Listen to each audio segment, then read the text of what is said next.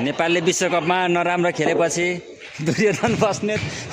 आगामी आउने विश्वकपको लागि रेडी हुँदै बल एउटा बलर होइन एकैचोटि दुईटा बलरको बल प्र्याक्टिस गर्दै एउटाले काम त सकेन अरे एकैचोटि दुईटा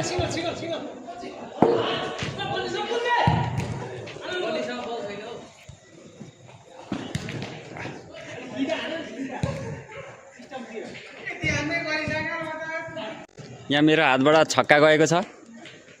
निकै नै राम्रो तर यहाँ छोडेका छन् विकेट किपर निकै धराप देखिए